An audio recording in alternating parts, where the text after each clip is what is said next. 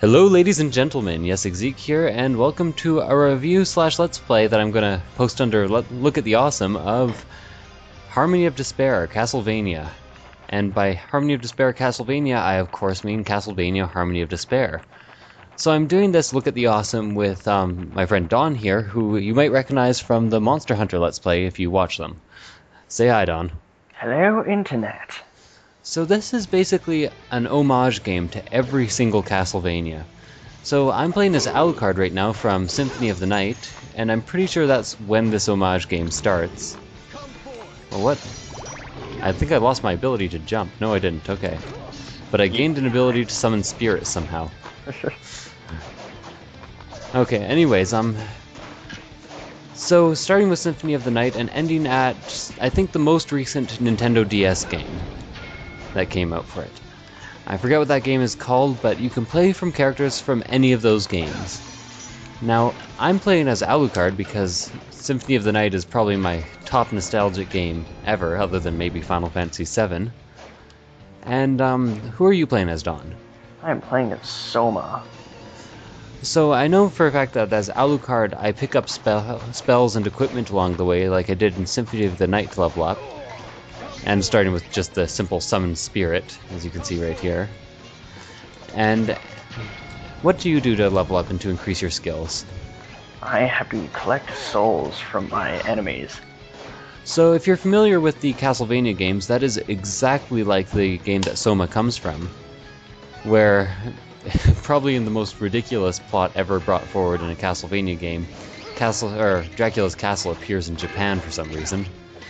And Soma has to go into it. I forget the exact story. Anyways, it's fairly ridiculous, but the way of gaining power does stay true to each game, and is generally well done. As Alucard, except for one thing, sorry, I got distracted there by the giant beam that was being shot at me. It was the boss taking pot shots at us, by the way. Except for one thing, you do not actually level up in this game. You have to do all your equipment gathering. So... And with me cheating. That is a soul called Yorick that you get from Chapter 7. Ridiculous. Lets you skip fairly large sections of some stages, and allows for very, very quick speed running in others. Okay, so I often have trouble with this, so let's see if I can do it. Oh, got it. Okay, for some reason I always have so much trouble with that jump. Anyways, as I was saying, you do not level up in this game. All your moves, all your power comes from equipment and from gathering things during the game. So that isn't quite like Symphony of the Night, but I actually almost prefer it. I like leveling up through equipment and through shops more than I like leveling up through just straight levels. I think it adds sort of a hint of almost realism to the game. So what it's telling us to do there is called a dual crush, which we'll demonstrate when we get to the boss. Ow. Oh no, Alucard's coming. Hide your beef. Oh yes. No, my beef. Probably the greatest meme in all of Castlevania is the turkeys and roast beefs hanging out in all the walls. I'm assuming that Alucard, every time he comes home to the family castle, eats all the goddamn beef. So they went to desperate measures to hide it from us, to absolutely no avail. Anyways, is there any points that I missed about this game? What are the characters you can play? You can play any of the Belmonts. You can play as Soma, Alucard, Shinoa. And for DLC, you can play as Yoko Belnaz, Maria Renard, Getsu Fuma, and I believe the original Belmont from the very first Castlevania game. Yes, I do think I remember seeing the very first Belmont. But, on the subject of DLC, this game itself comes with with levels 1 to 8, was it? 1 to 7. 1 to 7. And you have to download the rest as DLC content. But the DLC is not very expensive and very much worth getting. The game itself goes for $20 on the PSN, or around $20. I can I am horrible at platforming in Castlevania games. In case you have not yet noticed, I hardly ever make any jumps. But it's very worth getting the DLC. It's not too expensive, and it adds a lot to the game. It adds all of your old favorite nostalgic, especially if you started playing the game during the NES era. So I have to wait until the... yeah, there we go. Pendulum's about halfway, and then jump. If you're wondering why I was using Yorick there instead of just jumping on the medallion, his jumps can be rather tricky. I'm going to try to get as used to them as I can in the early game, before I actually need them. It's a good idea. Oh god. Why do I suck so much at the platforming? Later on in chapters like number 10, you can actually use Yorick to skip 3/4 of the level, putting you pretty much at the boss. So I think I have to jump at like right there. Yeah, there we go. Good job. So, anyways, very reminiscent of all the old Castlevanias. Lots of references to them, lots of the same enemies. Especially from Symphony of the Night, I'm recognizing tons of them here. And now we go all the way back around. Now we go all the way back around. I have extended this Let's Play.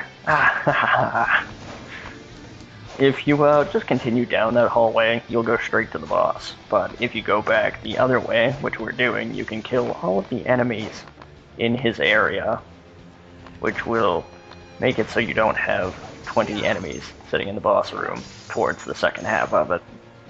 So, very useful thing to know. If you accidentally run in there the first time, it can really screw you over if you don't have the equipment to deal with it. Now, we're not completely decked out here. I've just played this level a couple times. So, this is, I should probably be one level further ahead, but for the sake of having a fairly fluid Let's Play, I decided to do this one. So. The biggest problem with the DLC that I find, if you are one who is easily tempted into making yourself overpowered, try to avoid getting the DLC until you've actually beaten the chapters up to it, because you do not have to play the chapters in chronological order. You can very easily just skip right ahead to chapter 7, get a bunch of overpowered gear, and then just raffle stomp the entire game. So one thing that, oh god. One thing that you may recognize but won't be in this level, so I thought I'd tell you about it, is, one thing that's back is platforming with Medusa heads everywhere. Now, I know if you're a Castlevania fan, you're gonna absolutely love this, and remember it from all your favorite games, meaning every single goddamn Castlevania game. Okay. Here, I want to display something really quick. Okay. This is one of the many uses of Yorick. If you are Soma and all alone, you can use him to get your treasure chests that you would normally need allies for. It is amazing. I did not know that. Here, you can go up and get the other one then. I'll just continue on. It's definitely one of the most handy spells Soma can get. Basically, I'm playing... Where do we go from here? We go up. Oh, so I had to come up there? No. I see. There is a mirror up there that'll put you back in the main hallway, but really that room is just for treasure. And I'm playing Alucard just for nostalgia's sake, and as it turns out, he probably is the worst of the early game characters because he doesn't get any abilities.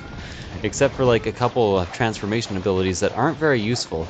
Like I can turn into mist, but only for that amount of time. I can also charge as a dog, but it's not very useful. Okay, that was to summon a spirit. What was my charge as a dog? I believe that's down and X. There we go. So I can do that, but basically not as useful as some of the early game abilities that characters like Soma or what's-her-name from the Castlevania I don't like get. Shinoa. Not a fan of Shinoa. Kind of an emo git. Gasp. Blasphemy. How could you not like the emo nun? Emo nun. Easily. Fair. Ow! So, you can choose different palettes for all your characters. Unfortunately, your armor doesn't change the appearance of your character, but you can just palette swap them. Your weapon appearance does, however, change. Like right now I have the Shield Knight's shield equipped and just a regular short sword. The button was not working. Let's see. But those do change as you get new equipment, like in every Castlevania game. Another thing to note is that you can attack through walls. These little bone guys that shoot fire at you, all you have to do is get in line with them and you can stab them through the wall. That is fairly nice to know. It makes them much less annoying. I think my spirits can also travel through walls, which is also kind of useful, but right now my spirits are kind of underpowered as far as attacks go and do not seem to be wanting to actually hit enemies. Or maybe I can control them. No, I can't. Okay. So anyways, it's a lot of fun. If you feel nostalgic, if you really love the games, it's a good way to play up to 6-player co-op, which I probably should have mentioned earlier, with all your friends on Castlevania. And the stages may be short, but I think they get longer in the future. And it's just a good little dungeoning romp. I'll call it for now, even though that sounds horrible. There's also a 4-player offline mode, which I actually think is PS3 exclusive. I'm not sure if it exists on the 360. Oh, really? I was actually hoping there would be an offline mode, but I didn't think there was. I was planning on asking you about it after this. Oh god, I hate those things.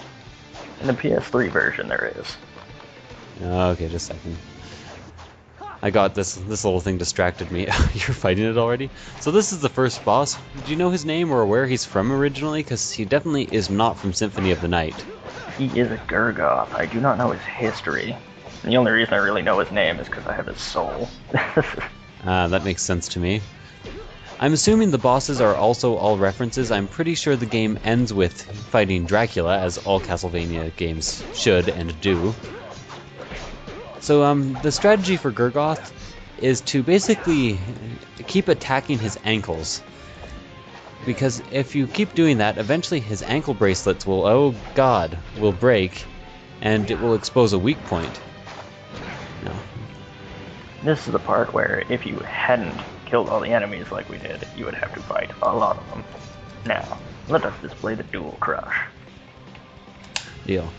This is an ultimate attack that any couple of characters can do. Each set of characters will have a different one that they can do. Well, each unique set of characters will have a different one, so you can play around with those, see which one's your favorite. And yeah, it just gives you a couple 100 points of damage to whatever poor creature you use it on. Now one thing I didn't show you there, because I'm really bad at it, is there is something you can do. You can bounce off his head when he's charging at you.